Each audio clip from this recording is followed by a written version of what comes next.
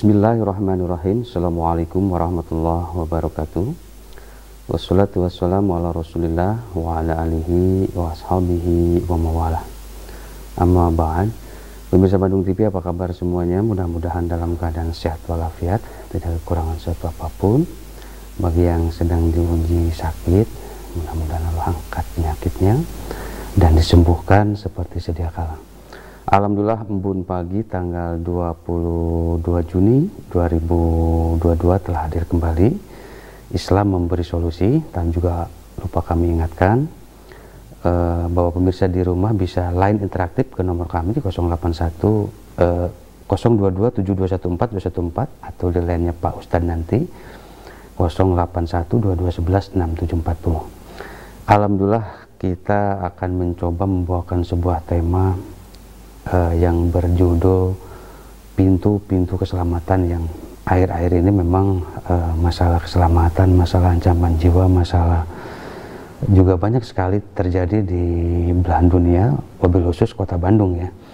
Insya Allah guru kita semua telah hadir di tengah-tengah kita yang siap memberikan tausiah-tausiah yang penuh inspirasi, bisa menyejukkan kita semua dan tentu saja bisa membawa kita kepada hidup menjadi lebih baik, insya Allah. Tad, apa kabar Tad? Alhamdulillah sehat ya. Silakan Tad. Assalamualaikum warahmatullahi wabarakatuh. Waalaikumsalam warahmatullahi wabarakatuh. Saya Bandung TV, syukur pada Allah Subhanahu Wa Taala. Pertama tentu kita bisa sholat subuh tadi ya. Iya, insyaallah, amin. Man sholat subha bahwa fi zimmatillah. Siapa yang sholat subuh hidupnya dijamin oleh Allah. Amin ya Allah. Jangan ganggu yang rajin berjamaah subuh katanya, karena yang membelanya Allah. Allahu Akbar. Ini luar biasa. Bahkan siapa yang sholat subuh berjamaah seperti tahajud semalam suntuk. Ini luar biasa. Alhamdulillah. Yang kedua, mudah-mudahan ibadah yang baru kita lakukan, yang mungkin subuh, ada yang lanjut duha, jadi penangkal keburukan. Karena rumusnya kalau kita ingin selamat ya, fi'lul ma'ruf yaqi masari asu'in. Pekerjaan yang baik akan menghindarkan keburukan dan kejahatan. Masya Allah. Bekerja. Jangan bosan berbuat baik, karena ternyata bukan hanya amal soleh, tapi pekerjaan yang baik itu akan menghindarkan keburukan dan kejahatan yang akan menimpa. Walaupun hanya sedikit kebaikan itu, tapi kalau ikhlas jadi besar.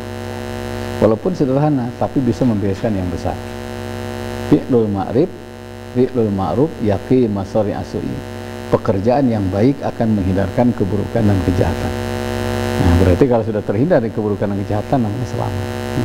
Di pintu selamat itu jangan bosan berbuat baik dimanapun berada. Nah, kenapa? Karena kematian itu kan di luar jangkauan akal ya, mengintai kita ya. Dan memang kontrak umur kita nggak jelas kapan ya. Yang jelas walau alam, usia itu tidak menentukan harus tua, tidak.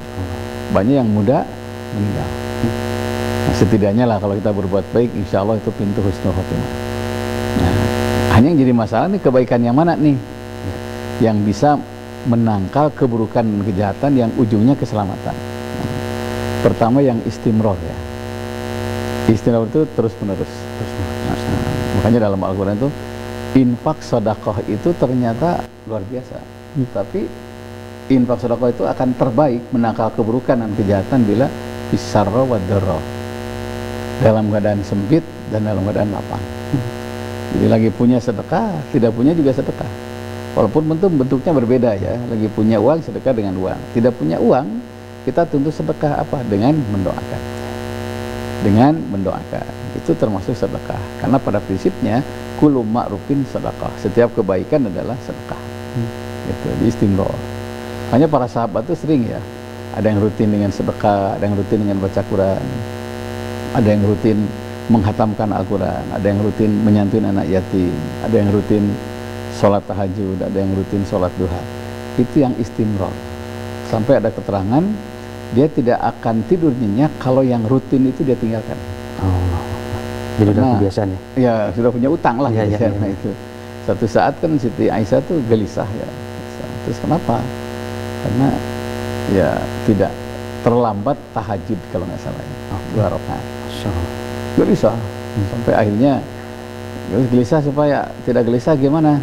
Saya punya usul gelang ini katanya akan saya jual. Masya Allah. Namanya mu'aqobah. Mu'aqobah itu memberi sanksi kepada diri sendiri karena terlambat beramal saya, beramal soleh. namanya muaqabah. Dan itu apa? Kejujuran iman itu ya. Itu kejujuran iman. Hanya dijual, setelah itu hasil penjualan gelang itu dibagikan ke yatim miskin dan duafa. Ya Allah, jadikan sedekah dari penjualan gelang ini sebagai penghapus dosa-dosaku terlambat tahajud 2 rakaat.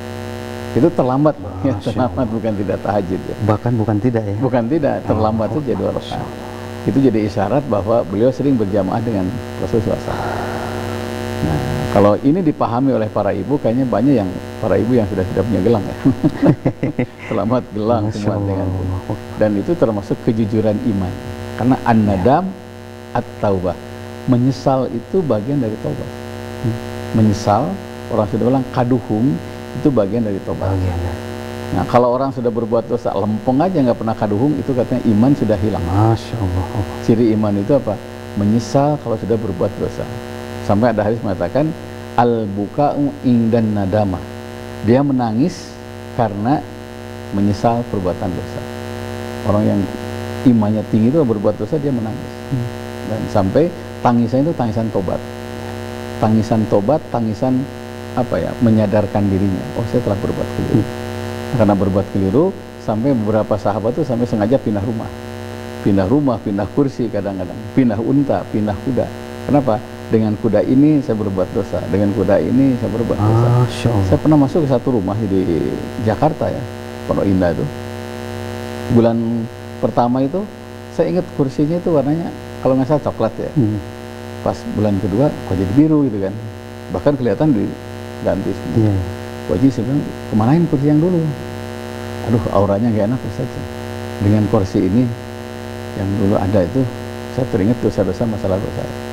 Daripada menghantu udah saya ganti. Terus gimana? Saya wakafkan ya. Padahal saya tahu hal kursinya mahal ya, dari Italia kan, mahal banget. Nah, kalau perlu mungkin pakaian semua teman tinggalkan. Kenapa? Karena an-nadam at-taubah. Kalau perlu al-buka'u indan nadama. Orang yang imannya kuat itu dia menangis karena menyesali perbuatan dosanya. Dan itu tadi mungkin kalau di tradisi itu tuh kayak buang sial gitu atau buang sial. Itu gimana tadi pada hasilnya? Ya buang aura jelek lah. Makanya dan dibolehkan ya tadi? Dibolehkan. Begini, dengan orang ini umpamanya, dengan orang ini kok saya jadi banyak dosa. Kita buang.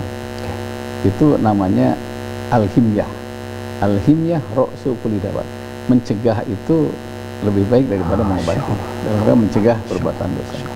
Nah, untuk ini mencegah dalam Islam bagian dari amal soleh. Banyak nih. Lihat aja pengumuman. Hindari umpamanya perbuatan dosa. Gara-gara itu malah ingin berbuat dosa, jangan dilihat. Itu yang dalam hadis. Kenapa? Kalau melihat yang tidak benar ditundukkan kepala. Karena mencegah itu lebih baik daripada mengobati. Jadi istimror. Duha itu baik. Tapi duha akan menangkal keburukan dan kejahatan, berujung pada keselamatan bila rutin. Tahajud itu baik, tapi tahajud akan menangkal keburukan dan kejahatan bila dilakukan rutin. Makanya katanya amal itu nggak usah banyak, yang penting adwa wa inqala. Sedikit tapi rutin, terus rutin, sehingga orang itu keburukan yang akan terjadi terhalang oleh rutinitas. Luar biasa. Dan itu sering kita temukan ya. Saya ketemu seorang ibu ya, dengan suaminya ke rumah. Ustaz, hikmah apa nih dari tahajud ini? Kenapa Bu? Saya bilang, hampir kalau saya tidak tahajud katanya, mungkin rumahku sudah habis kebobol maling. Masya Allah. Jadi rupanya jam 1 bangun ya, karena panas waktu itu. Biasanya nggak pernah buka jendela katanya. Jam 1 bangun, wudu, buka jendela, baca Quran. Karena buka jendela jadi kedengaran ke garasi ke depan. Tiba-tiba ada yang gitu. Karena tidak mungkin saya keluar, karena lihat ada di CCTV katanya orangnya banyak. Nah, ini saya keraskan baca Quran. Langsung pergi. Ya, tertangkaplah orang malam 1 orang. Nah, kenapa pergi nggak jadi? Saya takut dengan bacaan Quran. Ternyata beliau ini sudah rutin kurang lebih 40 tahun. Apalagi sekarang sudah rutin karena sudah punten tidak menekos ya. Tidak terganggu. Saya baca Quran. Nah, jadi baca Quran pun ternyata akan menangkal keburukan dan kejahatan bila rutin. Masya Allah. Saya temukan orang-orang yang mencintai Al-Quran itu, wah, khatam balik. Ujungnya apa? Ditangkal bila keburukan dan kejahatan. Dan ini termasuk nyata ya, nyata. Itu sampai sekarang ibu ini selalu kalau berpuasa baca Quran tengah malam. Jangan menunggu waktu, ngisi waktu. Kenapa? Tidak mustahil kejahatan itu akan datang dan tidak akan jadi jahat karena mendengar suara luar biasa. Baik pemirsa di rumah ini tadi istimror kita ya, jadi terus-terusan gitu ya, istiqomah, dan ya tentu ini juga bukan pekerjaan mudah, cuman tidak mustahil untuk kita bisa melakukan. Baik pemirsa di rumah, nanti kita akan lanjut, ini menarik sekali setelah melihat beberapa pesan berikut ini. Silakan.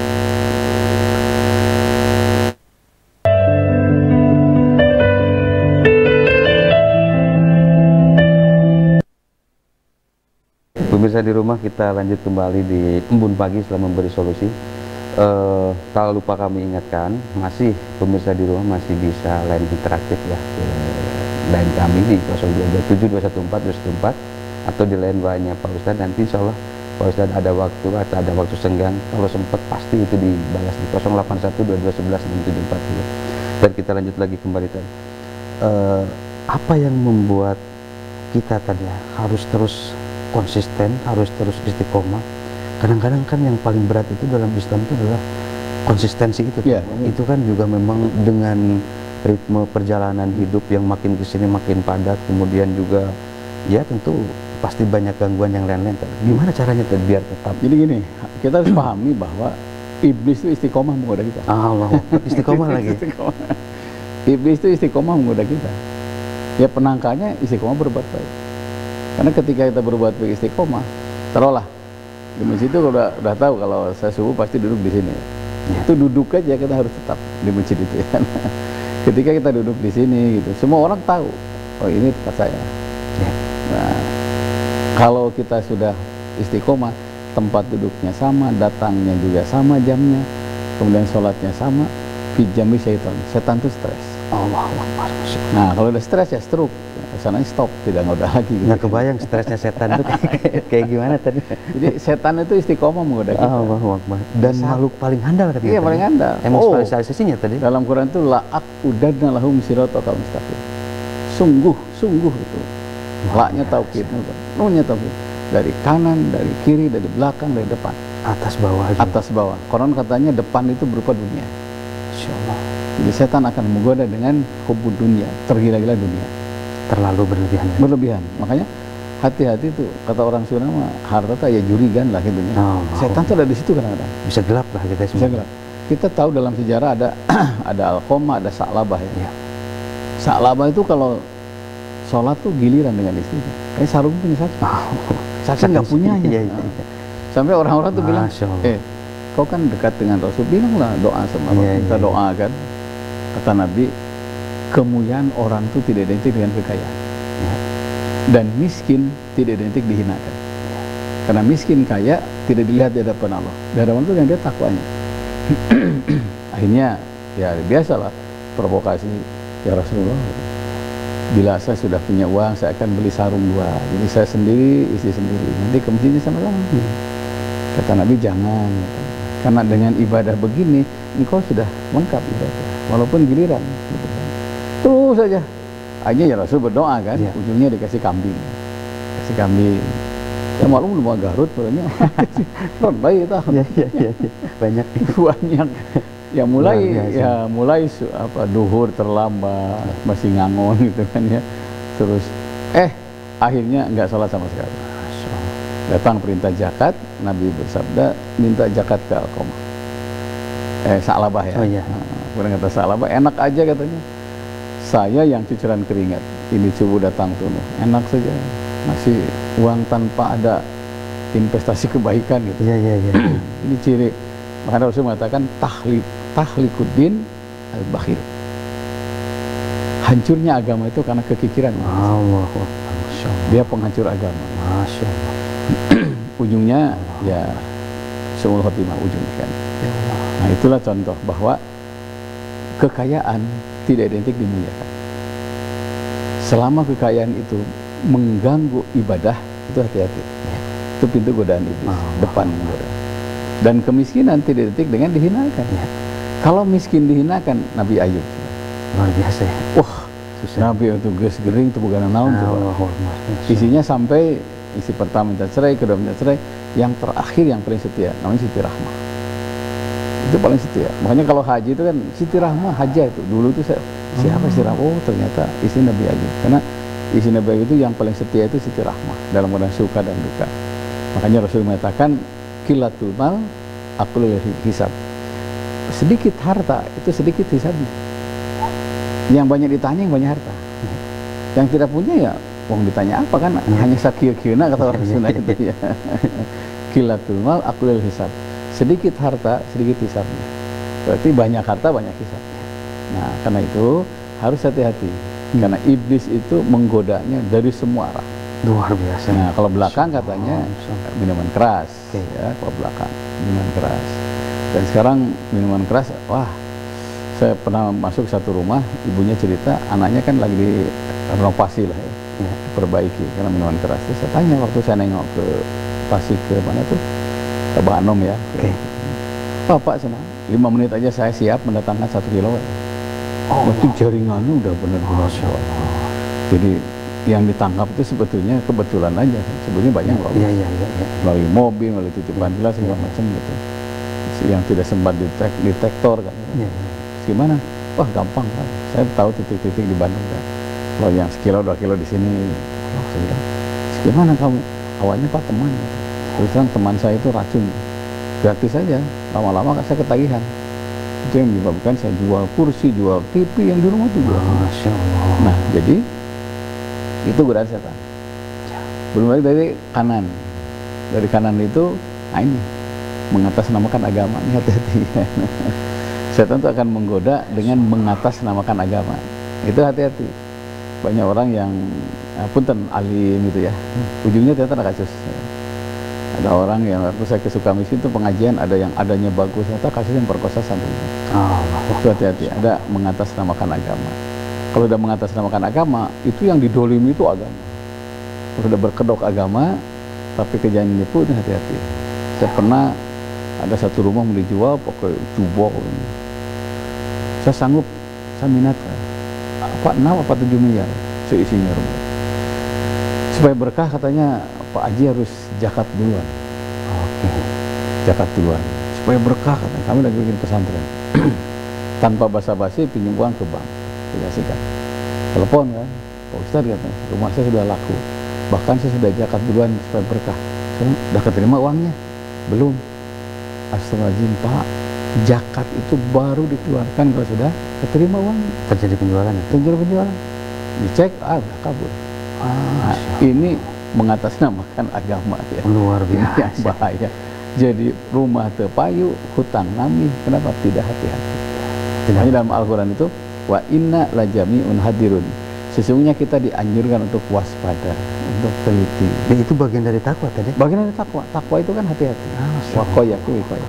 Makanya kenapa khotib tiap Jumatnya ittaqullah. Supaya kita hati-hati. Hati-hati. Kenapa?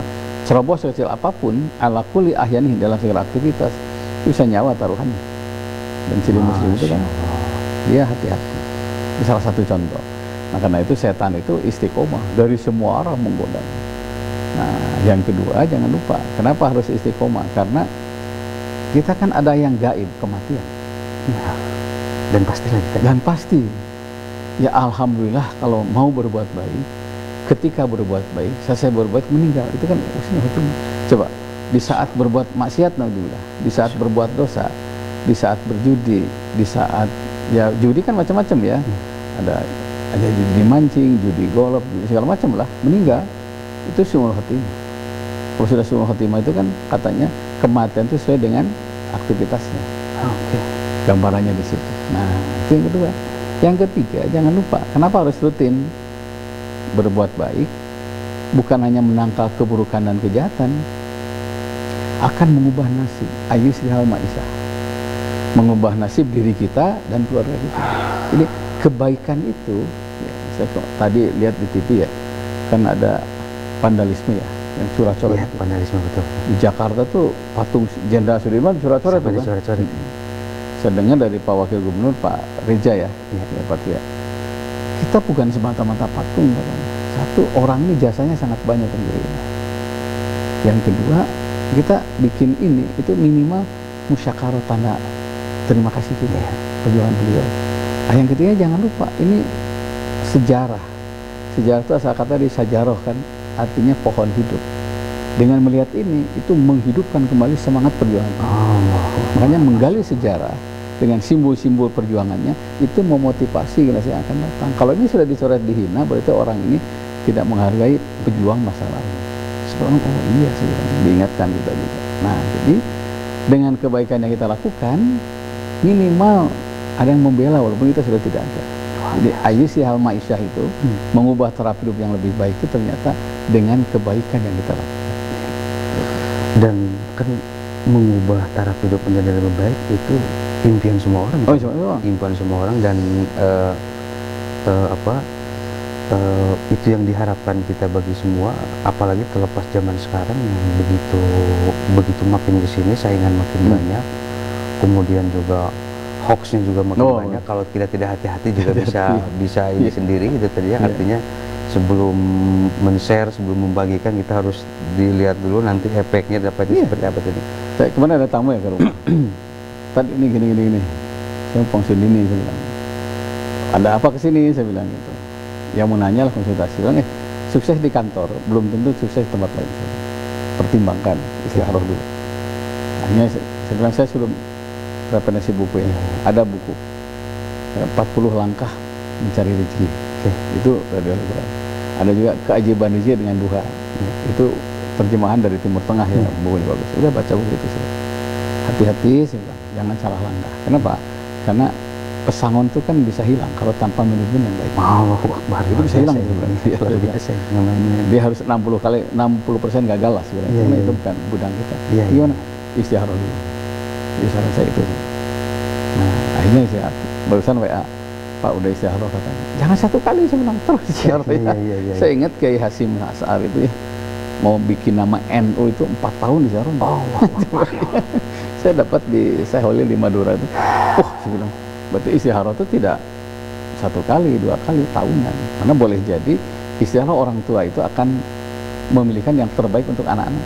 Itu istiharah orang tua. Artinya tadi membuat keputusan itu memang tidak sembarangan dan tidak tergesa-gesa, dibutuhkan kehati-hatian yang dan kemudian dibutuhkan terus mengolah menimbangnya itu benar-benar nggak sebentar itu tadi. Sebentar itu karena kita kan makhluk yang dibatasi keterbatasan ya. Luar biasa ini. Dengan sehingga butuh energi ilahi dan harus sadar itu tadi. Harus sadar. Nah, kadang-kadang setiap manusia itu suka tidak sadar itu tadi, suka ngerasa jadi kalau sudah pintar masih karena beres KB padahal ada yang tidak sesuai dengan kepintaran orang ya.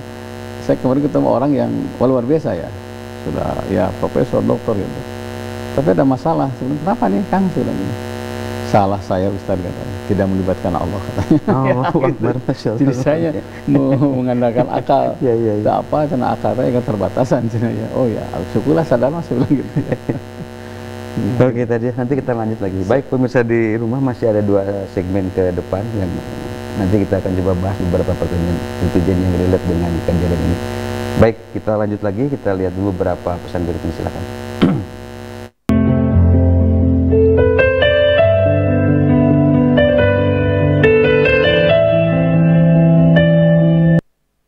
Baik pemirsa di rumah, kita akan coba membahas beberapa pertanyaan netizen yang relate dengan kejadian kita hari ini, terutama dengan tema kita tentang pintu-pintu keselamatan yang tentu saja kita butuh sekali keselamatan gitu ya, baik di dunia ataupun nanti di akhirat, dan ini salah satu upaya kita. Dan ini ada yang bertanya tadi, mungkin juga ini di 3115 tadi. Nah ini gimana tadi? Mungkin masih juga banyak yang bertanya nih, kurban buat 1 orang tadi. Ini sebenarnya kan ukuran patok itu kan biasanya kan buat 7 orang. Nah ini gimana? Jadi kurban itu bagi yang mampu. Ya, bagi yang mampu ya. Tapi siapa yang mampu kurban, nah, tidak berkurban, nah ini jangan dekati ke tempat salat. Itu ancaman dari Nabi. Makanya fikih kurban itu lain ya. Walaupun mampu agak enggan gitu ya. Jadi yang poligami itu mampu hayang gitu. Nah karena itu minimalnya 1 keluarga 1 domba, 1 keluarga ya. Karena innama yataqabbalallahu minal muttaqin. Sesungguhnya Allah hanya melihat kurban orang yang takwa. Penekannya ke situ ya, bukan jumlah domba, jumlah sapi, bukan Takwa, ya, takwanya. Walaupun dia hanya satu sapi atau satu domba satu keluarga, nggak ada masalah. Yang penting takwanya. Yang kedua, yang bagus giliran. Ya, kedua giliran banyak. Bulan tahun ini saya, tahun depan istri, banyak tahun depannya anak banyak ya. Itu boleh. Yang paling bagus adalah satu orang ya satu domba. Nah, gimana kalau sapi 7 orang punya ya? Nggak ada masalah, itu minimal. Tapi kalau satu orang satu sapi lebih bagus. Lebih bagus deh. Karena ibadah sosial itu lebih banyak lebih baik. Nah, karena orang mau medit cokot pang setik. Dia sudah mana begang. Kalau bapak senang nih. Nah, bagi yang tidak kurban gimana? Ada kurban hisyah, ya kambingnya ada. Nabi SAW bahkan pernah 3 domba. Nah, Bismillahirrahmanirrahim, Allahumma hada, an ini dariku. Ya. Domba kedua, an ahli, ini atas nama keluargaku. Domba ketiga, an umati, ini atas nama umatku. Ya, kata sahabat ya Rasulullah, siapa yang dimaksud dengan an ahli di situ? Keluargaku satu yang sudah meninggal. Kita boleh untuk kakek, untuk nenek, untuk ayah, almarhum boleh. Yang kedua, keluargaku yang tidak mau berkurban, karena itu aku berkurban atas namanya. Berarti yang namanya keluarga kan banyak, Pak. Berarti boleh satu domba untuk satu keluarga besar. Nah, sama dengan kemarin di satu sekolah ya, ada yang nanya, ini satu kelas satu kambing gimana Pak Ustadz? Katanya tidak sah, saya bilang. Itu sekaligus saya pas latihan. Jadi satu D punya satu domba, satu C satu domba, silahkan. Nanti takwa kita yang akan membesarkan domba itu. Masya Allah. Takwa kita yang akan naik nilainya lebih baik. Nah, gimana kalau tidak mampu? Ya berkurbanlah maknawiyah, tenaga. Jadi panitia nyacar, ngabagikan. Kalau dia lebih takwa, bisa jadi lebih besar pahalanya. Jadi berkurbanlah dengan hisyah berupa domba, kalau tidak maknawiyah berupa jadi panitia, ikut membagikan, ikut mengawasi sampai atau tidak gitu kan. Nah, ini penting karena bagi yang mampu silahkan satu domba satu orang atau satu sapi seorang, nggak ada masalah. Dan gimana caranya ini buat menumbuhkan kalau kita harus menjadi bagian bahwa setiap tahun itu harus kurban, dalam artian terlepas gonjang-ganjing ekonomi makin di sini makin ini, tapi setidaknya kalau kita diniatin pasti ada asal ada jalan tadi. Yeah. Ini gimana kan? Idza sadaqal azim wa sabil. Apabila ada niat baik pasti ada jalan. Minimal kan ya seumur hidup tuh pernah ngerasain kurban gitu tadi kan. Ya. Jadi gini, niat baik pasti ada jalan. Ya. Jangankan kurban ya, haji aja. Di mana ya? Di Majalengka apa di mana tuh yang 60 tahun nabung enggak? Masya Allah. Berarti ketika nabung dia 30 tahun. Ya, ya. 20 tahun. Nabung jadi 60 tahun berangkat haji. Dan itu niat ya? Walah, Pak, niat itu. Sampai dia saum Daud. Allahu Akbar. Di jatah makan siangnya tabungan untuk haji. Saya sempat nangis ya. Ya Allah, saya bilang kalau orang sudah niat pasti ada jalan. Karena Rasul mengatakan kan niatul mukmin khair min amalihi. Niat seorang mukmin lebih baik dari amalnya. Luar biasa. Jadi amal itu nggak seberapa dibandingkan niat. Makanya niat itu penting. Terus saya tanya, wartawan nanya kan, kok bisa Bu bertahan sampai saum Daud, sampai mengurangi makan? Ya, selama ini kan Allah lebih banyak ngasih sama saya. Masa diminta haji aja 31 juta. Saya sempat gitu ya, dalam keadaan ekonomi kurang, beliau masih mengatakan Allah ternyata lebih banyak ngasih sama saya. Itu kan bukti syukur ya. Luar biasa. Bukti syukur. Padahal dia saum Daud ya, punten morat marit, rumahnya pun tidak ada keramiknya segala macam, tapi masih mengatakan Allah lebih sayang sama saya. Sama itu kenabian. Nabi Ayub kan itu, ketika sakit, ya Allah engkau masih sayang kepadaku, masih sehat, masih bisa ibadah. Makanya kata Nabi, kalau ingin bahagia, lihatlah orang yang menderita darimu, hiburlah dirimu dengan yang lebih menderita darimu. Makanya betul tuh, lihat panti asuhan, lihat orang yang berkurang, itu ternyata Masya Allah, kita bersyukur. Luar biasa sekali ini. Ya itulah kadang-kadang kita suka lupa, kita suka ngerasa menjadi manusia yang paling menderita, paling susah, manusia yang paling susah, manusia yang paling yang paling tidak beruntung gitu. Baik, Ted, kita akan lanjut lagi tadi ini di 426 nih. Nah ini makan daging atau tidak bagi yang kurban ini kan kadang-kadang suka jadi dari awal kita sudah ngambil bagian karena mentang-mentang kita yang kurban. Kepalanya buat saya, ini buat ini sebenarnya dibolehkan atau tergantung ini yang waro ya, yang waro. Yang waro itu yang waspada, yang apik ya. Jadi sebaiknya kurban itu kan setahun sekali kita ngasih makanan pokok berupa beras, zakat fitrah. setahun sekali ngasih daging.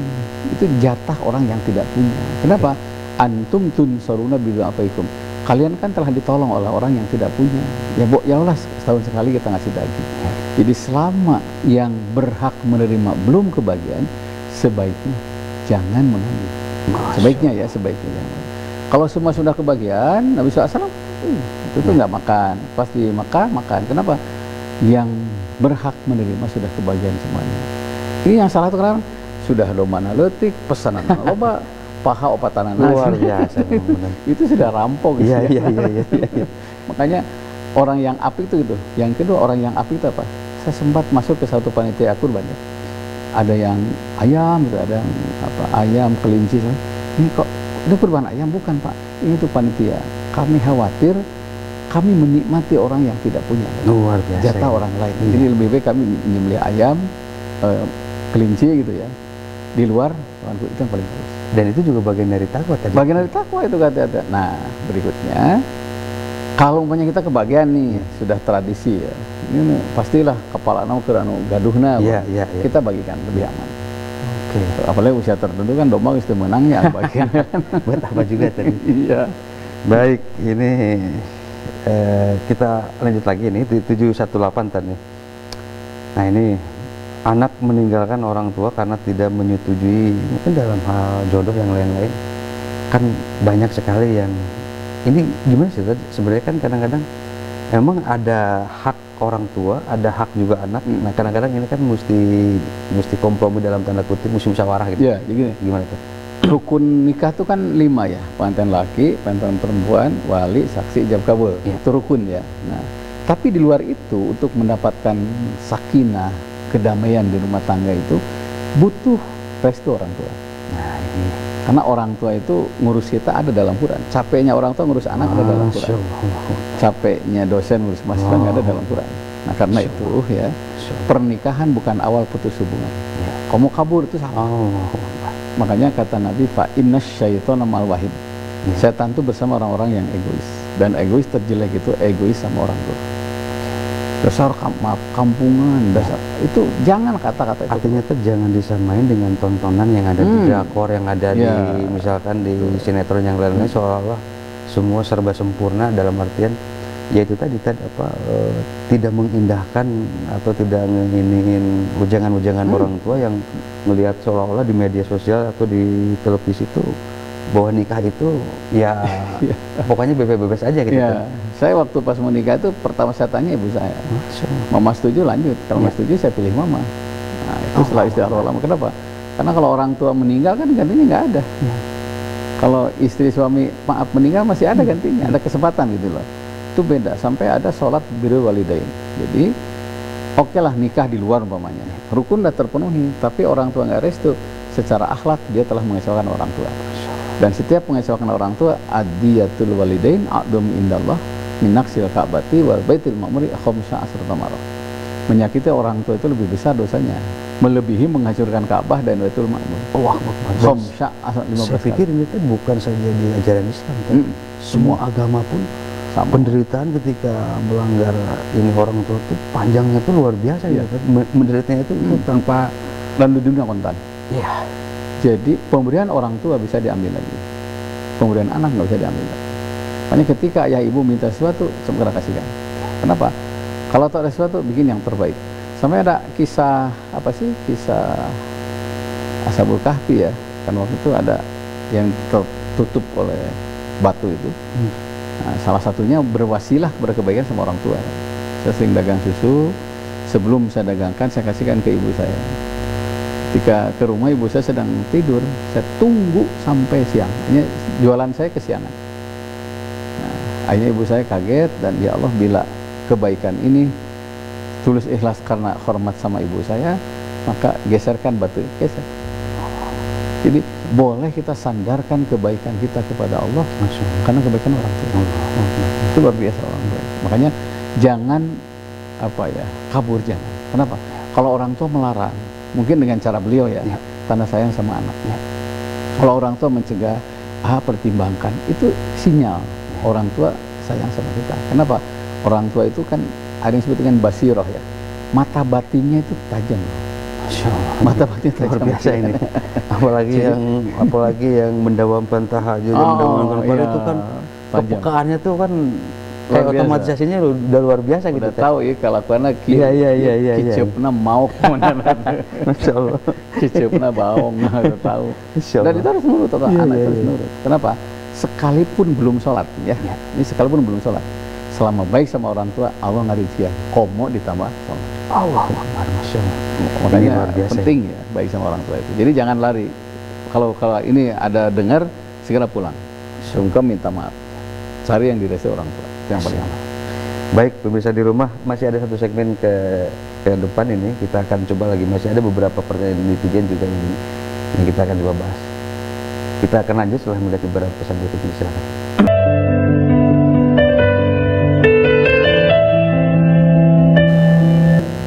Baik, pemirsa di rumah, ini masih ada satu segmen ke depan.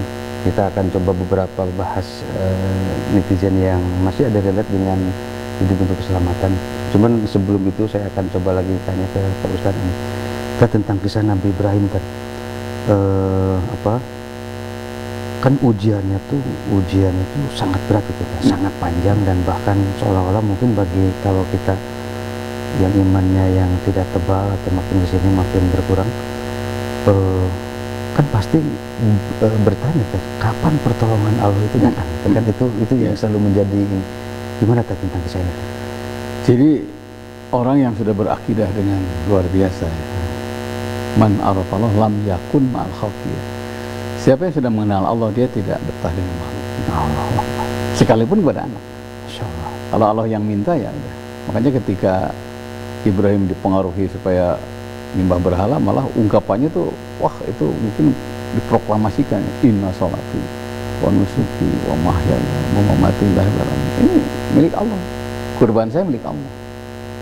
Jadi Allahu Akbar itu maknanya Allah Maha Besar, yang lain itu kecil.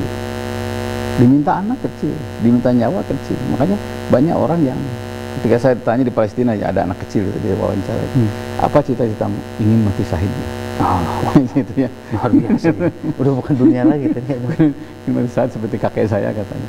Terus saya baca ada sejarah, kan ada dua ya kakak beradik, Sa'ad bin Abi Waqqas dan Umar bin Abi Waqqas. Ketika Sa'ad ikut berperang bersama Nabi ya, Umar bin Abi Waqqas itu sembunyi-sembunyi karena masih kecil kan dia tuh. Ya ketahuan, tahu nih lo perang lo tikeneh gitu. Wah nangis merau-merau. Saya ingin mati syahid. Kamu masih kecil kan? Lari ke rumah, pakai baju ayahnya. Sampai begitu semangatnya, semangatnya untuk karena lingkungan sekitarnya juga memang orang-orang mendukung. Ayo mudah-mudahan kita sholat WHC, kita sholat astagfirullah di Batur Mandir ayam paeh. Kan pulang dari Merang itu dia selamat. Bapaknya marah, kenapa nggak mati syahid? Menurut orang langsung syukuran numpeng kan. Jadi ada, kalau sudah Allah yang dikedepankan, semuanya kecil. Makanya selama kita hese, orang sana bilang itu, selama sulit diajak berbuat baik, itu diragukan kenal kepada Allah. Makanya orang yang tidak kenal Allah, kata kalau diajak kepada kebaikan, sulit luar biasa. Ka'an namanya so'adu pisama, seperti diajak memendaki ke langit. Susah gitu ya. Nah, tapi kalau sudah Allah yang dikenali, yashrah sadrah, hatinya terbuka, ringan. Makanya jalan ke surga itu sulit kata siapa? Bagi yang beriman tuh mudah. Luar biasa ini. Jadi clear orang tuh, jalan ke neraka mah gampang, cek sah, hese ke iman mah ke neraka, ke surga gampang. Nah, makanya jangan putus itu. Jalan ke surga sulit. Nah, ingatnya sulitnya itu. Hanya dia bersandar pada kesulitan tuh, memang nggak mau amal soleh. Makanya Nabi Ibrahim itu memberikan contoh yang luar biasa. Sekalipun anak yang diminta saya siap. Kenapa? Ini menyangkut la ilaha illallah. La itu kan tidak ada. Hilangkan semuanya. Ilah sembahan, ilallah kecuali. Padahal mintanya disegerakan punya anak itu lama. Perjuangannya enggak ini. Secara biologis saja nggak mungkin punya anak. Ya, udah tua. Ya. Sampai ada poligami. Sudah lahir kudu dipencit.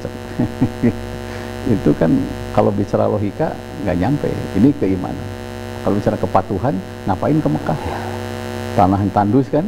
Nah, kalau bicara kepatuhan, iman, nah, ngapain jauh-jauh kan nabung, bangun masyarakat sawah gitu kan, masyarakat. Kenapa? Ini yang bicara iman. Tapi kan bukti takwa itu menjadi legendaris, artinya barokahnya air zam-zam itu sampai sekarang ini nggak kebayang gitu tadi. Dan rencana Allah itu pasti, makanya kita harus berdamai dengan takdir. Allahu Akbar, ini keren nih, berdamai dengan takdir ini luar Jadi biasa. ini sudah takdir Allah, saya harus berpisah dengan suami saya, kata Siti Hajar kan gitu. Dan pasti ada rencana Allah yang terbaik. Nah, ini kan jam-jam. Itu yang di dalam sebuah riwayat, likuli syai'in hikmah.